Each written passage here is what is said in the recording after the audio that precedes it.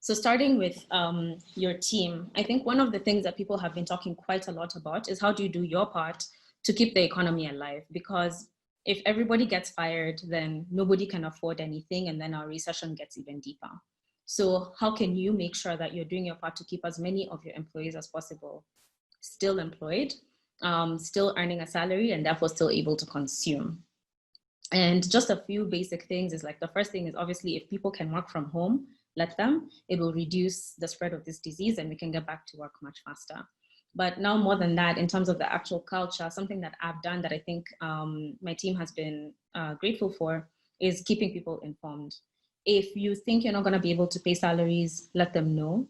If you're sure you're going to be able to pay salaries, also let them know, so that they're not stressed out. They're not thinking in the back of their minds, are we okay? Are things going to be fine? And then keep them engaged. This is a question that was asked so much, even in the registration. How do I keep my people engaged? And here you want to think about things two ways. So the first one is, how do you give them a mission? How do you give them a direction to go in? And as a leader, that's the role that you critically need to play right now. Let people know what the priorities are. If your number one goal is getting cash in order to pay salaries, let people know that. If your number one goal is to help people who are affected by this pandemic, let them know, so that they know exactly where to focus. And it's not, some people are not in crisis mode and others are not. Some people are not relaxed when others are overworking. So keep your team aligned, let them know that you're going in the same direction. Then the second thing is, what do you expect from them? When you're working from home, you tend to work much longer hours. People call you at 7 p.m. I have a friend who was telling me that her days now are from 7:30 a.m.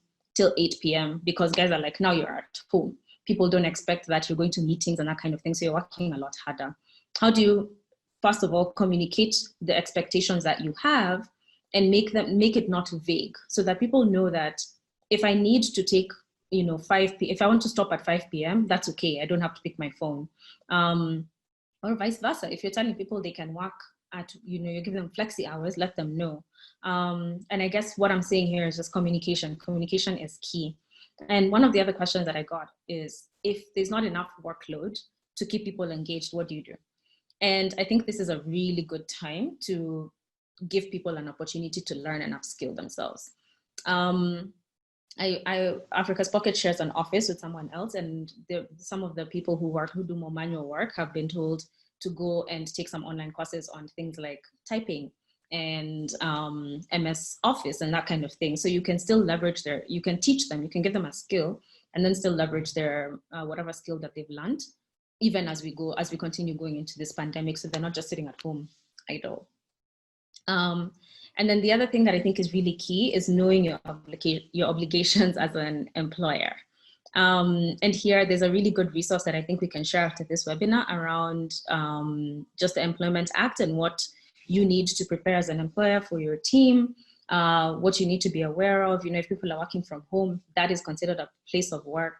And now start making plans. If people are still going to the office and somebody gets sick there, what do you do? What is the support available for that kind of thing? And finally, I think something that I read today that I thought was really important to share is that everyone is adjusting. This is a new environment. I personally have been working much longer hours. I'm looking at my screen longer. It's hard. So make sure that you're treating people with that in mind, not expecting people to just keep going. And I think in this time, a little kindness will go a very, very long way.